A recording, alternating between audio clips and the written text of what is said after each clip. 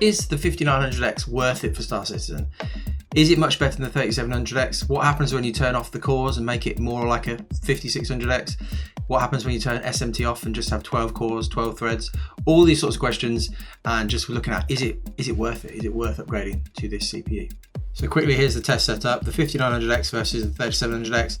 32 gigs of RAM, 3080 Founders Edition, and that is why most of the testing is at 1440p. So it's just not being touched at all. It's nowhere near being GPU bottleneck, so I didn't really feel the need to drop down to 1080p, apart from a couple of tests in the Hangar and Free Flight where I have dropped it to 1080p just to make sure we see what the CPU can do. The other thing worth saying is that this is on a really early BIOS for the 5900X, and performance may change or improve, should improve as the BIOSes get a bit more mature and a bit better. And also each test has been done multiple times just to account for server variation. Okay, a quick test in the Hangar because some people have requested just to see what performance is like without the servers kind of messing around with everything.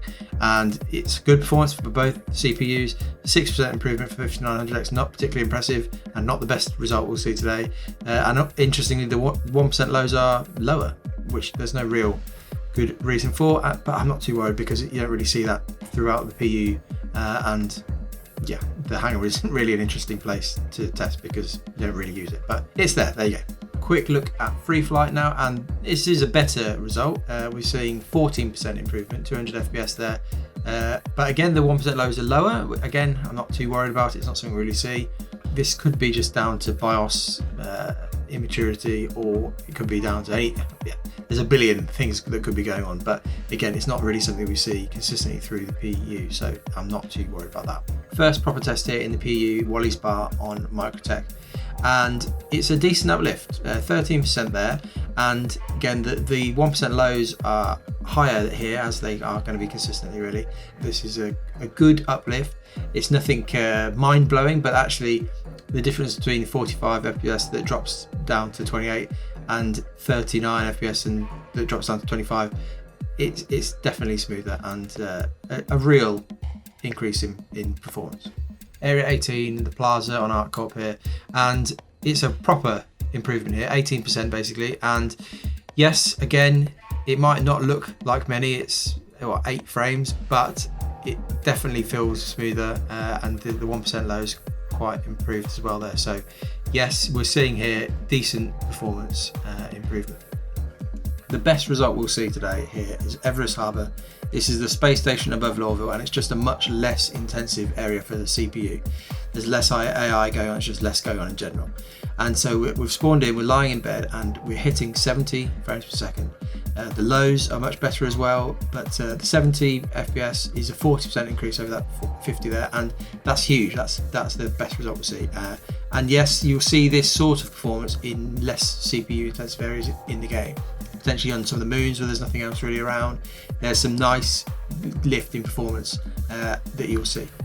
Now onto the biggie. This is where I've spent many hours of my life over the last week or so testing, and Lorville is the test I've done the most. I'm most confident in the results and working out what's really going on. And you can see here, yes, it's not mind-blowing performance, but it is an improvement. 39 FPS over 33.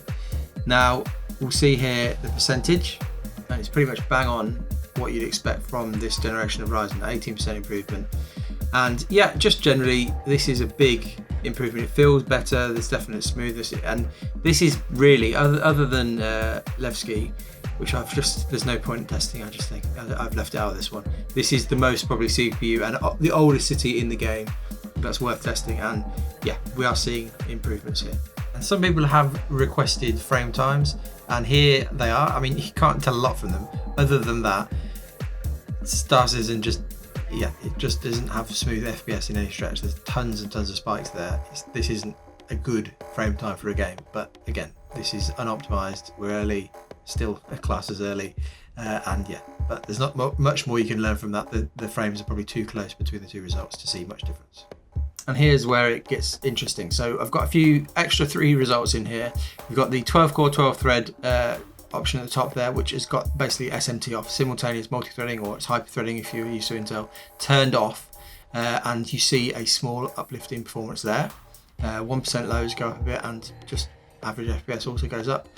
That is interesting because it kind of semi-confirms, although it's only a sample of 2, what I found in my previous video looking at that sort of thing with the 3700X. And yeah, I'd love more people to just test that out, but it seems as though SC doesn't like the threads, it prefers just, it works better at SMT off. So yeah, please test that and let me know. And then the other 2 ones we've got the 5900X with 8 cores, 16 threads, sort of simulating a 5800X. Not really, because 5800X is 1 CCX with 8 cores enabled and 16 threads, and can run quite hot because of that, whereas this is 2 CCXs, 1, as in I've gone into the BIOS. They normally have 6 on each, 6 cores, 12 threads, but I've gone into the BIOS and made each CCX have 4 cores, 8 threads. So it turns into the 8 core, 16 thread, if that makes any sense. So it's not a fair test, and the boost speeds are different between the 5900X and 5800X. But basically we see the performance is within any sort of margin of error, really. It's basically the same. You wouldn't be able to tell the difference absolutely between those 2 results. And then just a slight tweak on the one below, the 6 core 12 thread result, that is then simulating the 5600X. And this I would say is a slightly closer test, because I've literally just gone into the BIOS and turned off one of the CCXs. So a 5600X, well, 2 5600Xs, CCXs make up a 5900X. So if you take one of them off, it roughly then becomes a 5600X. Now the cache is different, the boost speeds are different, so that isn't a complete fair test, but you can see just generally there is no real difference in performance again. This in terms of informing a decision about which one of the lineup you should go for the 5000 series of Ryzen processors. Again, and we knew this from all the other reviews out there by all the big kind of tech YouTubers, we know that the 5600X will likely perform as well as 5900X for gaming, and that is true for Star Citizen at this point in time. And here's just a quick bit of bonus footage for the best result I could find. So I've dropped out of quantum travel in between MicroTech and ArtCorp, basically halfway between, so there's nothing around me in terms of object container streaming and all that's malarkey. Basically there's nothing going on, and you can see that the frame rate's pushing 100, which is very nice, and yeah, that's a really nice result. And here's just a quick bit of footage from Twitch. Now I'm obviously streaming using OBS, but I'm using the 3800's NVMe encoder, so the CPU isn't really being pushed other than running the game. And as you can see in this MicroTech cave, where there's nothing really going on around you, 70 FPS is really nice, and it feels like a real game. Performance is good here. So what to make of all that? Well, it's definitely quicker than the 3700X. That wasn't really in doubt coming into this. We knew it would be. And it does make the game more playable, and that's a good thing. So if you're looking for top end, best performance that you can get, then yeah, you're probably between this and maybe the i9 10000 series from Intel. That advice obviously will change as the 11000 series from Intel comes out in March, and they are likely, and the leaks suggest they will be quicker than the Ryzen CPUs. So we're luckily AMD are in a position where they can push Intel, so we'll probably be in a situation where they just keep leapfrogging each other. So yes, these processors, the 5000 series, are very quick now, and they will be overtaken, and then AMD then will likely overtake Intel again. So if you have to be on the cutting edge of gaming, then yes, these are great. If you are prepared to wait, then again, Intel are coming with the next generation, and AMD then will come with the next generation, which will likely be on a different platform and will potentially have DDR5 memory, so that may change things as well. The other spanner in the works is that CIG are actually confident potentially of hopefully making some improvements to CPU performance in the game this year. I'll put it up on the screen now, but Ali Brown, the director of graphics, is talking here about how they are working on the Gen 12 render and other things, and they're looking to basically ease the CPU bottlenecks that the game has, and that is big news for everybody. We knew they were working on it, but they seem to be confident it will come this year, so that is good news for everybody. Doesn't matter what CPU you're on.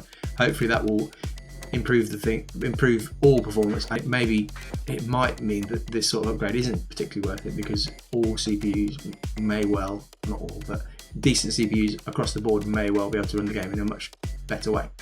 Hopefully better than I'm running on the best of the best today. So that's hopeful. So yeah, again, then you've got to look at 5900X versus a 5800X and a 5600X, and it's the 5900X is way overkill for gaming. You're not getting anywhere near those 24 threads. CPU kind of threading of Star Citizen, it does use multiple threads. It's not like a single thread game, but it's not getting anywhere near that much. And again, that could change as they make the Gen 12 transition and they make improvements there. It might become a better threaded game and use more of the threads it's got. But currently, if I was to say to you, well, if you asked me, should you get a 5900X for Star Citizen, it's hard to say yes, because a 5600X will likely perform pretty close to it. And yes, the difference will be that 5600X doesn't clock as high, and its boost clocks won't go as high as 5900X, but we're talking probably less than 3-5 frames maybe. I'd have to test that, and maybe that's something I'll do in the future. But yeah, I don't think I could recommend the 5900X for gaming unless you absolutely have to have the best performance possible. And again, that will be out of date in a few months' time. So I don't know. If you obviously have got other things that you use them for, production stuff, it's a brilliant CPU. It's been really good for making these videos in Premiere Pro. It helps. So it is good. So that's that. So overall, it's a great CPU. It's overkill probably for gaming, unless you absolutely have to have the best. But I would probably stick with the 5600X or 5800X. That would be what I'd say right now today. But the caveat of all that is, as I always say, CIG can change things. The patch could come out that completely throws it up in the air, and we're hopeful that this year will be the year that they do get some CPU improvements into the game, into the engine, and that could mean that a 5600X isn't being... It'll either mean that the 5600X is a lot better and works really well, or it'll mean the game is better threaded, and the more threads and cores that you have, the better. So it's a fool's game predicting what's going to happen, but there we go. So hopefully all that information was helpful. Hopefully some random rambling thoughts there at the end were useful as well. But that's that one. If you like this sort of stuff, give it a like and subscribe for more of this sort of content and a few funny bits as well thrown in there. And then also come and follow me on Twitch, because when I get to 100,000 Twitch followers, I'm going to put a tattoo of Chris Roberts' face on my foot. I'm not personally going to do it, but a tattoo artist, I'm assuming, will do it. Right, see you soon. Thank you. Bye.